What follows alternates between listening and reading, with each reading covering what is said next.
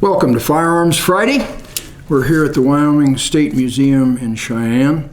My name's Evan Green. I'm a volunteer here at the museum, and I've had the very pleasant task since the fall of 2018 of updating the inventory of the firearms in the museum's permanent collection, working very closely with staff and under their supervision, of course. So today we're going to talk about a really iconic firearm in the history of the West, and that's the Sharps rifle. We have two examples here that we're going to talk about today. Kind of the backstory, the Sharps breech loader was invented by Christian Sharps in the late 1850s, and it was a breech loader from the very start, but it used paper or linen cartridges that were impregnated with nitrate and still fired with a percussion cap. The two we're going to look at today are later models. They are the 1874 sporting rifle. And these rifles were one of the major implements in the near extinction of the American bison, or more commonly referred to as buffalo. So I will probably use that term interchangeably as we talk about these particular rifles. So after the Civil War, early 1870s, there was a demand for buffalo hides. Hunters would kill up to 100 a day, and the hides were used in various ways. Some were processed into lap robes for sleighs or travel by stagecoach in cold weather. Some of the hides were tanned and used to create belts that drove machinery in factories during the Industrial Revolution. So there's a huge demand for buffalo hides. It's estimated, nobody counted them, but it's estimated that pre-colonization there were somewhere between 30 and 70 million buffalo on the American continent. And by the time this all wound down, late 1880s, there were fewer than 1,000 in the wild. They were saved from extinction by some private efforts and by the Smithsonian Institution gathering a herd for their zoo. So again, obviously used in the buffalo hunts. They were a large caliber, 45 to 50 caliber, very efficient, accurate at long range. So again, the decimation of the buffalo. It was easy money. A lot of frontier characters were involved in the buffalo hunt. Bat Masterson is one that comes to mind. Maybe Wild Bill Hickok did that for a while. Easy money. You needed a good rifle. You needed a couple of guys to skin the bison, and you needed a good rifle. And Sharps filled that role along with other Winchester and Remington single-shot large caliber rifles. So basically, buffalo were shot, their hide was taken, and the carcass was left to rot. And that decimation of the buffalo was in fact encouraged and facilitated by the American military establishment, because the buffalo was absolutely central to the lifestyle of the Plains Indians. They used every part of the buffalo, the hide, for robes and clothing and shields.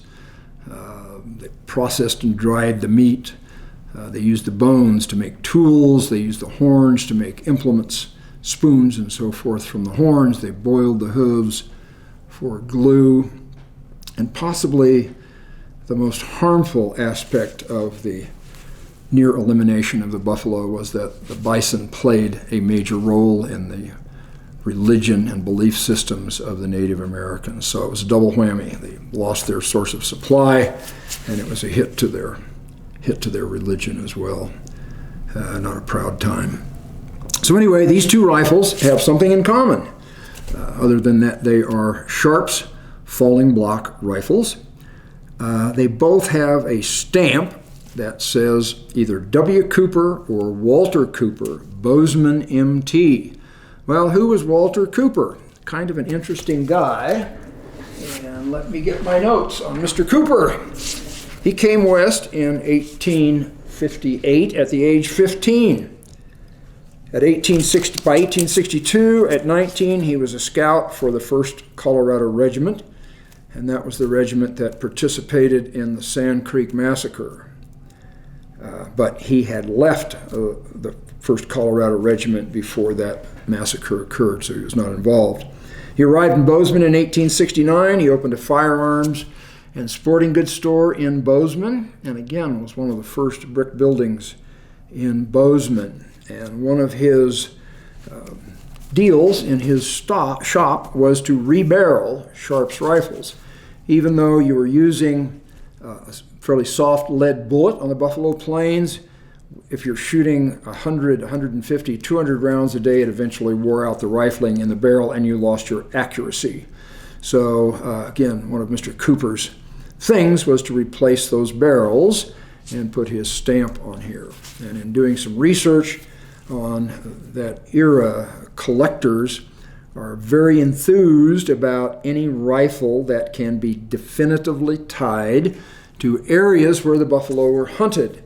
And certainly the Walter Cooper stamp would indicate that this rifle probably saw use on the Buffalo Plains.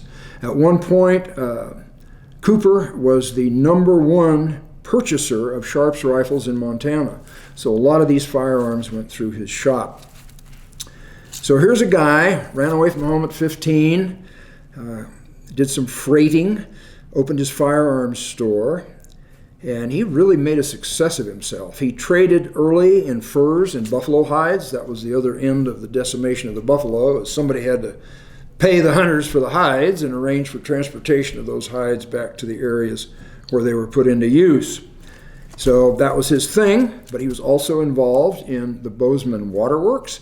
He had a flour mill, coal mines, a lumber camp, and he was instrumental in getting Montana State College located in Bozeman.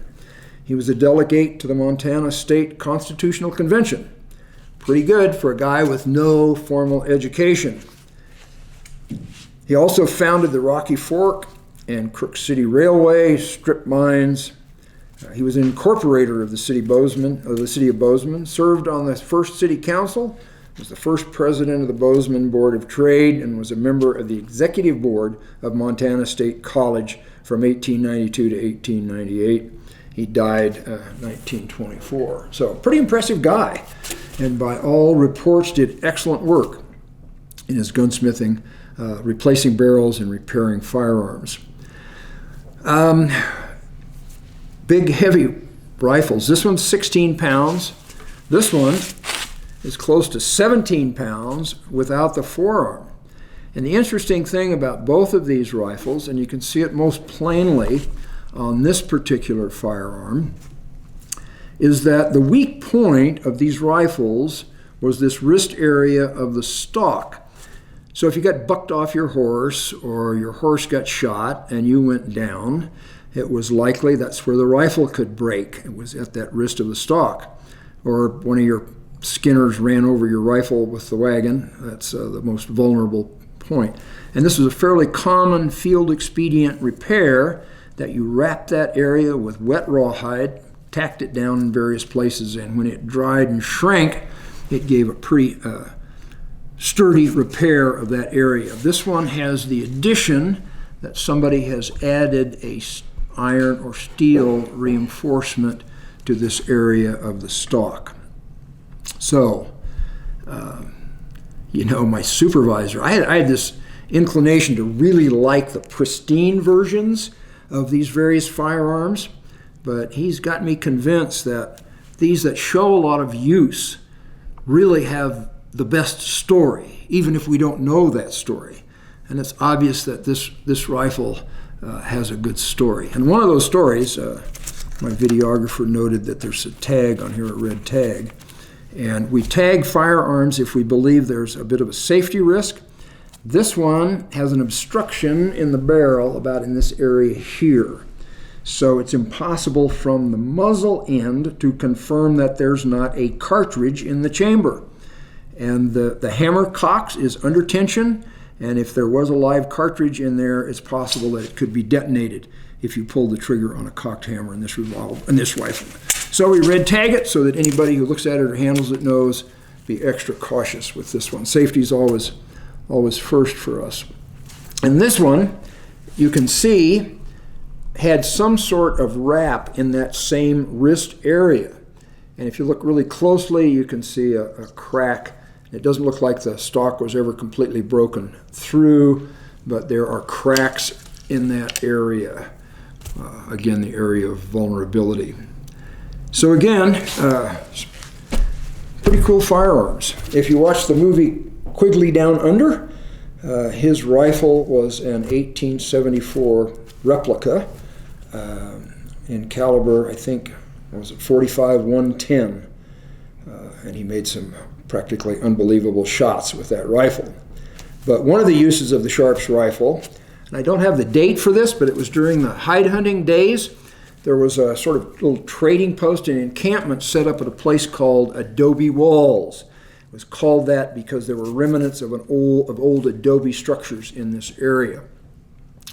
So a bunch of buffalo hunters were on site at Adobe Walls, and it was serendipitous.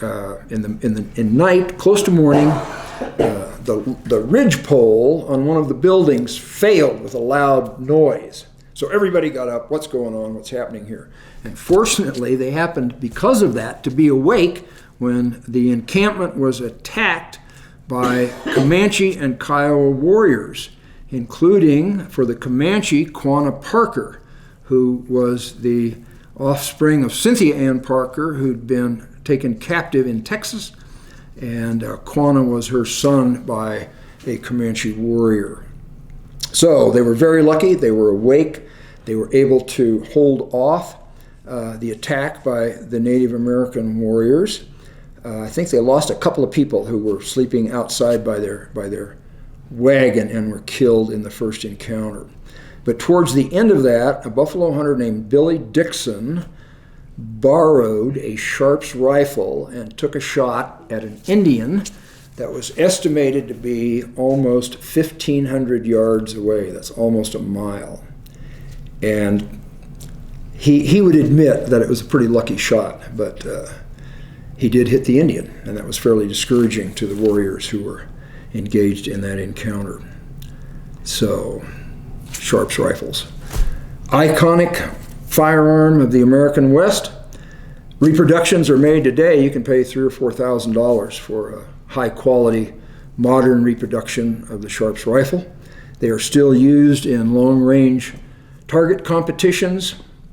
There's a match called the Quigley Match in Montana where these rifles are really put to the test at 600, 800, 1,000 yards. And I couldn't do that, but the guys who know their firearms and have worked with it certainly do. So, Sharps rifles.